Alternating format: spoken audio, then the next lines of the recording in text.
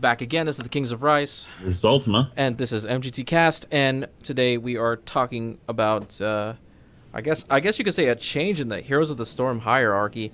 Yeah, So I guess with that, I guess we could give it to Ultima because he is out of us. He is the Heroes of the Storm guy. So go ahead, Ultima. You can go ahead and take it away. yeah. Rank 1 player incoming. Anyway, no. Rank 1 player. Yeah, so the biggest changes to the last patch, Brightwing, Lost Vikings, and Anub'arak all got like huge reworks. Actually, so did Malfurion and I think Rhaegar. And most importantly, Lost Vikings had been dominating the win percentage for a long time for a number of reasons. But now they've actually dropped to the 8th highest win percentage. They've dropped 6% since this new patch came out. So that's dramatic then. Yeah, that's a pretty dramatic change. Say change. Yeah, change. It's a pretty brunette. Wow, I can't even talk right now. Anyway, English yeah, is that's hard. pretty. Dramatic change. But also of note, Anub'arak, who got buffed 2 patches ago. Because he had a really low win rate. He shot up to the top, but now he dropped back to 9th, and he's dropped 8% in his win rate. The biggest change being that his Locusts and Beetles all got damage nerfs. So basically, his health pool's not huge as a tank, but the big thing was that the Beetles and the Locusts would provide like leech life, basically. Yeah. And so they did so much damage, it was not only made him a good damage dealing tank, it just made him super tanky because he would be out healing your damage. Yeah, you would only be able to take him down in a group, so... Yeah. So, I mean, those are 2 big changes. So with that now, the top 5 heroes, and I don't think this will be that surprising to most people, except for one. So Jaina's now number 1. I don't think that's surprising. Blizzard's gone out and said that Jaina's sort of like the hero that they feel like they nailed, so to speak. Like, because she has a lot of different, like, her talents are not like, there's not really one Jaina build per se, you know? Yeah. They feel like they made a character who had a few viable builds. Number 2 is Nazebo. I don't find that one surprising because Nazebo, for me, like at least for my encounters with Nazebo, he could be very difficult to kill at times. Nazebo probably has some of the best sustained damage in the game, along with like Vala. Let's just say he's the character that catches you off guard more than any character in the game. Yeah, I'd say along with Vala and Zagara, he probably has some of the best sustained damage. Like he unloads damage like continuously on you. So he's actually shot up to number 2. He shot up 3.4%. Biggest change with him is his spiders now have like better AI, and they stick and prioritize they a lot better. Yeah, because I've noticed at first that the jumping spiders are kind of clumsy. So that was the big talent they fixed. I've noticed that they work a lot better now. So yeah. Number 3 is Murky, but Murky's actually been kind of high for a while.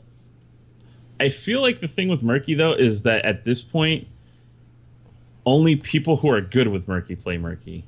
You know? So, like, he's kind of gimmicky in a way, like the Vikings. Yeah. So I think that's why. Number 4 is Johanna, but, I mean, I think she needs a nerf, personally. Some people don't agree with me, but I think she just can take way too much damage. Well, I mean, here's the thing. Like, you know, if she takes too much damage, but put her up against the Butcher, yeah, then it really doesn't matter. Yeah. I mean, no. Well, but then that we're talking about whether the Butcher is. Well, now we're talking 2 unnerfed characters. Yeah. One has too high defense. The other one has too high attack. Yeah. But for whatever reason, normally, wouldn't you think defense will outright attack? That normally happens, but that's like, you know, normally you quit fighting because you can't kill an enemy. Mm-hmm. The Butcher can kill an enemy who can't be killed fast. So that leaves a lot of opinions up in the air. So that leaves a lot to be said. Um, Number 5 is Kalthus, and he's just kind of been where he's at. No big changes to him other than the hot patch a while back that fixed his chain bomb. Yeah, he's kind of been floating around. I think that's an interesting note. Let me see if I can sort this by. So, since the last patch, the one that shocks me the most, Uther's like number 6 now, and he had a 4% increase, and they really didn't change anything. He just, I don't know if it's because of like changes to other characters. Well, I mean, it could. I mean, the fact that you even changed, like, you know how like characters have been brought to their knees, and some characters have been put up on a pedestal. Yeah. Maybe Uther just works a lot better in team because the one thing I can think of is he has a lot of crowd control, and that's pretty much all you can do right now against the Butcher is just keep him stunned. Yeah. And so Uther's really the only healer that has like good crowd control. So that might be that. Lily saw an increase, but that makes sense because they changed it so now it's a lot harder to stop her ultimate. Stitches got a big increase. They lowered a lot of his cooldowns. Now Furion got completely reworked. He got a huge 5% win increase. Murden, they didn't change much at all, but he's up 4% for some reason. Diablo and ETC are actually coming up a little bit too. I'm assuming that's because I'm assuming all the tanks that have gone up is because of the Nubarak nerf. So yeah, so basically technically ETC's kind of been always, because he's a 2,000 coin character, so he's always on everyone's radar, so he's kind of always been like floating in obscurity. Yeah, plus Mosh Pit's probably one of the most useful ultimates in the entire game. A good Mosh Pit can completely turn the tide of a whole game. Assuming your team can obviously capitalize on it. Also, here's what I'm a little surprised by, but then again, this could be because when a new character comes out, it could be a lot of like people just wanting to use them in general. So it could be like not good players using them as well. The Butcher's win rate is actually only 50.6%, and I'm kind of shocked by that because I think he's overpowered, but I think something as little as maybe decreasing his meat stacks could be like enough to bring him in line. Yeah, I find as I played a little bit more with the Butcher, I found him to be a really like with no meat stacks, he is a glass cannon. Yeah. He is made of the thinnest glass. Yeah, I mean, like, absolutely. He's an assassin. He's easy to take down, but man, that damage is insane. I mean, he's not like, he's not glassy like, like a lot of assassins, but because there are some, there obviously are some assassins who are completely glass cannons, and are not even that good. So the biggest dips in. So with that said, though, who's got the worst win right now? The worst win rate now. Let's start. Yeah, let's start at the bottom 5. So, Stitches used to have it, but he actually shot up 4%, like I mentioned, with the decrease on his cooldowns.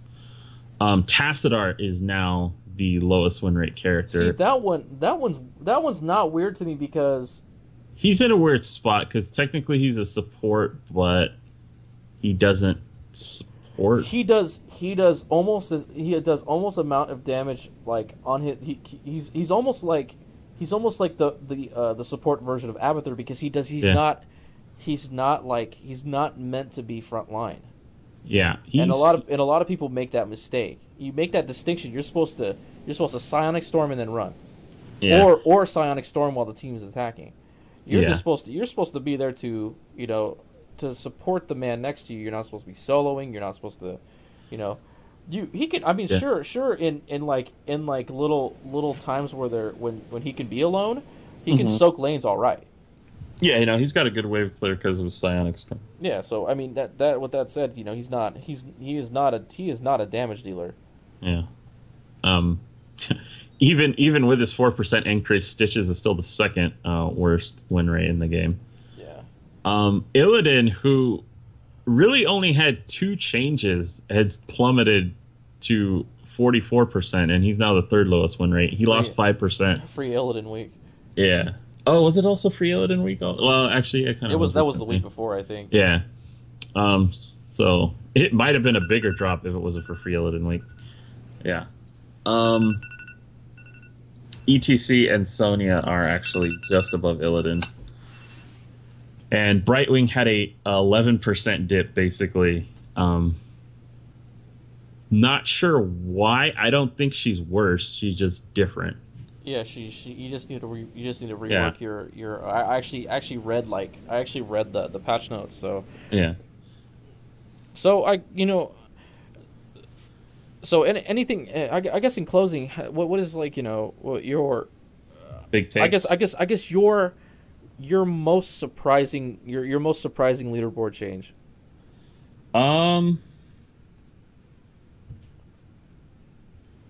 My most surprising one is probably Illidan dropping 5%. Is one of them, and I guess the Butcher being 50%. Maybe that means I'm wrong, because Blizzard's goal is that every hero has about a 50% win rate, because that's fair, I guess.